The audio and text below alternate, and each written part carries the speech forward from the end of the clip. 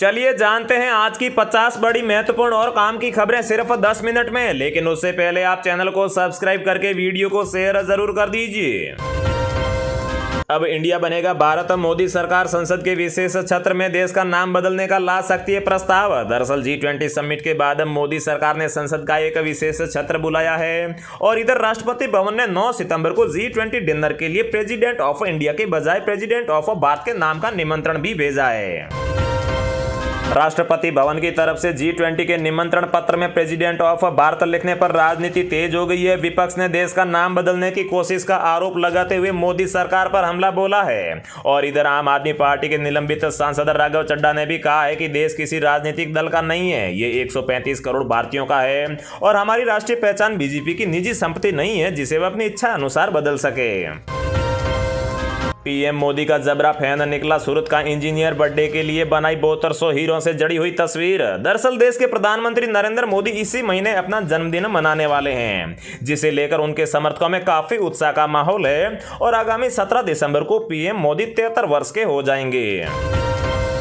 मेहर बना मध्य प्रदेश का 55वां जिला। शिवराज की घोषणा के कुछ ही घंटों के बाद जारी हुआ नोटिफिकेशन। सीएम ने कहा कि 15 दिन में जिला कार्यालय स्थापित होगा। साथ ही में आचार संहिता लागू होने से पहले ही मेयर में कलेक्टर और एसपी की नियुक्ति भी की जाएगी।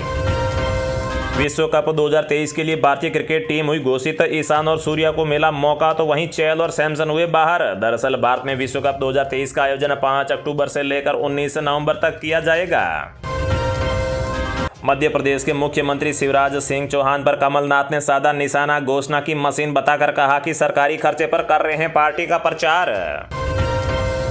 आरबीआई की बड़ी घोषणा। यूपीआई यूजर्स खाते में पैसे ना होने पर भी कर पाएंगे भुगतान। दरअसल आरबीआई ने यूपीआई सिस्टम में प्री सैंक्शनड क्रेडिट लाइंस को शामिल करने के प्रस्ताव को हरी झंडी दिखा दी है।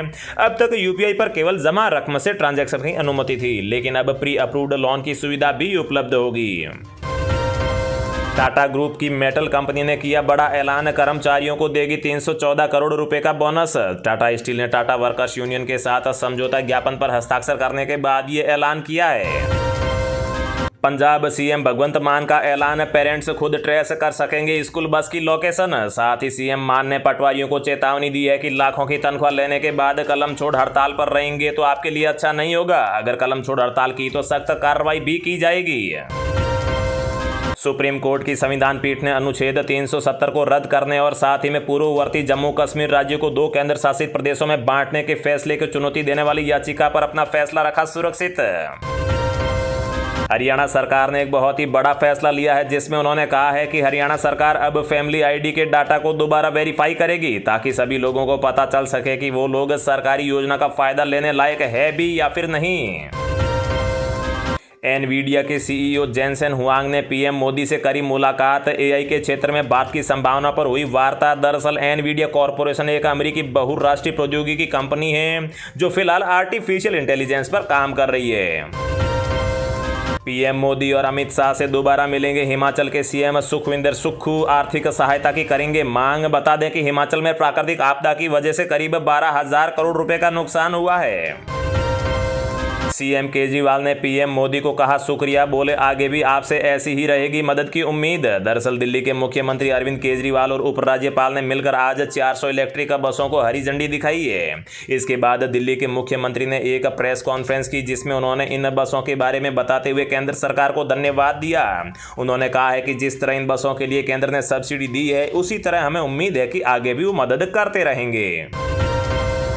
अयोध्या के विकास का प्रेजेंटेशन। आज मंदिर निर्माण के कार्यों को परखेंगे पीएम मोदी। सीएम और शहरी विकास मंत्री होंगे मौजूद। आपको बता दें कि अयोध्या में राम मंदिर का निर्माण कार्य तीव्र गति से चल रहा है और पीएम मोदी को 2024 में जनवरी माह में राम मंदिर का उद्घाटन भी करना है। बांग्लादेश की प्रधानमंत्री शेख हसीना और भारत के प्रधानमंत्री नरेंद्र मोदी के बीच द्विपक्षीय बैठक की तारीख 8 सितंबर तय की गई है। ढाका में बांग्लादेशी विदेश मंत्रालय ने इसकी पुष्टि करते हुए कहा है कि दोनों प्रधानमंत्रियों के बीच आधिकारिक बैठक 8 सितंबर को हसीना की नई दिल्ली यात्रा के पहले दिन होगी। राहुल गांधी की लोकसभा सदस्यता की बहाली को चुनौती देते हुए सुप्रीम कोर्ट में जनहित याचिका की है दायर। जी हां, याचिका में तर्क दिया गया है कि एक बार संसद या फिर राज्य विधानसभा का कोई भी सदस्य कानून के तहत अगर अपना पद खो देता है तो वह तब तक योग्य नहीं रहेगा जब तक वह अपने ऊपर लगाए गए आरोपों से बरी नहीं हो जाता। 150 सीटों के साथ फिर बनेगी बीजेपी की सरकार। मध्य प्रदेश में गरजे अमित शाह, कमलनाथ को कहा करप्शंस नाथ। ब्रजभूषण चरण सिंह ने कांग्रेस नेता राहुल गांधी पर कसा था तंज। अब कांस्य पदक विजेता पहलवान बजरंग पूनिया ने ब्रजभूषण चरण सिंह पर निशाना साधते हुए कहा है कि यह वही आदमी है जिस पर 7 महिलाओं के यौन शोषण का आरोप लगा है। केजरीवाल का बड़ा ऐलान, 2025 तक डीटीसी के बेड़े में जोड़ी जाएंगी 8000 इलेक्ट्रिक बसें। विदेश भेजने के नाम पर किडनैप करने वाले अपराधी गिरफ्तार। करनाल पुलिस ने 5 को पकड़ा। सोशल मीडिया पर देते थे झांसा, एयरपोर्ट बुलाकर करते थे अगवा। दिल्ली में खुलकर लीजिए सांस, हवा हो गई है साफ। केजरीवाल के मंत्री ने आंकड़े दिखाकर वायु प्रदूषण कम होने का किया दावा। भारत के एक फैसले से पड़ोसी देश नेपाल में छाई खुशी की लहर। पड़ोसी हो जाएगा माला माल, पीएम प्रचंड ने बांधे तारीफों के पुल। दरअसल भारत ने औपचारिक रूप से निर्णय लिया है कि वह अगले 10 सालों में 10,000 मेगावाट बिजली नेपाल से खरीदने जा रहा है। पुणे के एक सिविल राइट एक्टिविस्ट प्रफुल्ल सारदा ने आरटीआई से जानकारी निकाली है कि पीएम मोदी ने 2014 में पदभार संभालने के बाद से कोई छुट्टी नहीं ली है। यही नहीं, बीते 9 वर्षों में उन्होंने देश और विदेश में 3000 से अधिक कार्यक्रमों में भी हिस्सा लिया है। ब्रिटिश मीडिया ने की है भारत सरकार की तारीफ। ब्रिटेन के अखबार द टेलीग्राफ ने लिखा है कि प्रधानमंत्री मोदी के शासन में राजनीतिक स्थिरता के कारण भारत कानूनी सुधारों, मूलभूत कल्याण योजनाओं में सुधार और इंफ्रास्ट्रक्चर को बढ़ावा देने में सफल रहा है। शिक्षा मंत्री धर्मेंद्र प्रधान ने कहा है कि पीएम विश्वकर्मा योजना के लिए केंद्र सरकार ने 13,000 करोड़ रुपए जारी कर दिए हैं, जिसका लक्ष्य वित्तीय वर्ष 2023-24 में 30 लाख कामगारों को लाभ देना है। दरअसल यह स्कीम विश्वकर्मा जयंती पर यानी कि 17 सितंबर 2023 से लागू होगी। चलिए अब जानते हैं जो आम आदमी के काम की और फायदे की खबरें हैं उनको विस्तार से। सनातन धर्म पर उदयनिधि स्टालिन के बयान से इंडिया गठबंधन बंटा। जी हां, भारतीय जनता पार्टी तमिलनाडु के मुख्यमंत्री एम.के. स्टालिन के बेटे उदयनिधि स्टालिन की सनातन धर्म पर टिप्पणी को लेकर राहुल गांधी के रुख पर सवाल उठा रही है।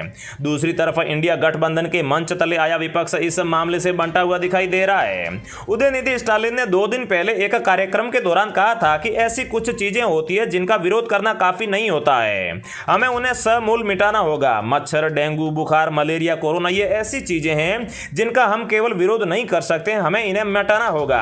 और सनातन धर्म भी कुछ ऐसा ही है। और दोस्तों, उदयनिधि स्टालिन के इसी बयान के बाद में काफी राजनीतिक गलियारों में हलचल मची हुई है। चंद्रयान आदित्य के बाद अब गगनयान अक्टूबर में अंतरिक्ष में बड़ी उपलब्धि हासिल करने की तैयारी में है भारत। जी हां दोस्तों, चांद पर कदम जमाने के बाद अब सूर्य की तरफ आदित्य L1 मिशन भेजने के बाद अब इसरो की तैयारी देश के पहले ह्यूमन स्पेस लाइट मिशन को सफल बनाने की है। इसरो अक्टूबर में गगनयान की पहली मानव रहित उड़ान की तैयारी करने जा रहा है। उससे पहले कई तरह की तैयारियां भी करनी है। इसरो के पास जो भारी भरकम LVM-3 रॉकेट है उसे अभी भी क्रू मॉड्यूल ढोने लायक बनाना है और उसे पूरी तरीके से ह्यूमन रेटेड भी करना है, जिसके बाद में यहां पर गगनयान 3 को सफलतापूर्वक लॉन्च किया जाएगा। सरकार ने नए सिम कार्ड को लेकर सख्त कर दिए हैं निर्देश। 52 लाख सिम को किया बंद, वहीं 8 लाख बैंक अकाउंट भी हुए फ्रीज। जी हां दोस्तों, दूरसंचार विभाग ने सिम कार्ड की बिक्री के लिए नए नियमों की घोषणा की है। ये नियम धोखाधड़ी वाले फोन कॉल्स के साथ साथ मैसेजों सहित व्यापक दूरसंचार धोखाधड़ी की रिपोर्ट के बाद आए हैं। दरअसल एक ही व्यक्ति के नाम और पहचान प्रमाण का इस्तेमाल करके हजारों से अधिक सिम कार्ड जारी किए जाने की खबरें आ रही थी। धोखाधड़ी के बढ़ते मामलों के कारण सरकार ने भी बड़े पैमाने पर कार्रवाई शुरू कर दी है और नया नियम सिम कार्ड खरीदने और एक्टिवेट करने के तरीकों को और सख्त करने जा रहा है। दूरसंचार मंत्री अश्विनी वैष्णव के अनुसार सरकार ने 66,000 धोखाधड़ी वाले व्हाट्सएप अकाउंट को ब्लॉक कर दिया है। इसके अलावा 66,000 सिम कार्ड डीलरों को भी ब्लॉक लिस्ट कर दिया है। धोखाधड़ी के खिलाफ 300 FIR दर्ज की गई है और 52 लाख फोन कनेक्शन को भी काट लिया गया है। इसके अलावा धोखेबाजों द्वारा इस्तेमाल किए जाने वाले लगभग 8 लाख बैंक अकाउंट्स को भी फ्रीज कर दिया गया है। पेट्रोल डीजल की कीमतों में लगी आग, 9 महीने के हाई पर पहुंचे कच्चे तेल के दाम। जी हां दोस्तों, घरेलू गैस के दामों में कटौती के बाद आम जन की नजरें पेट्रोल डीजल की ओर बनी हुई है। आम चुनाव के नजदीकियों को देखते हुए जनता ने सरकार की ओर से बड़ी उम्मीद है कि जल्दी ही सरकार के द्वारा इसके दामों में कमी लाई जाएगी, जिसको लेकर लंबे समय से सकारात्मक संकेत भी मिल रहे थे। लेकिन इसी बीच लोगों के लिए निराशा वाली खबर सामने आ रही है और लोगों के मंसूबे पर पानी फिरता नजर आ रहा है। दरअसल अंतरराष्ट्रीय बाजार में कच्चा तेल की कीमतों ने यू टर्न ले लिया है, जिसके चलते तेल की कीमतें $90 प्रति बैरल के पार जाने की उम्मीद है और आने वाले दिनों में भारतीय बाजार में भी कीमतों में अधिक तेजी दर्ज की जा सकती है। ऐसे में पेट्रोल डीजल के सस्ते होने की संभावना फिलहाल खत्म होती नजर आ रही है। तो दोस्तों, रोजाना ऐसी खबरें पाते रहने के लिए चैनल को सब्सक्राइब करके बेल आइकन को जरूर प्रेस कर दीजिए। जय हिंद, वंदे मातरम।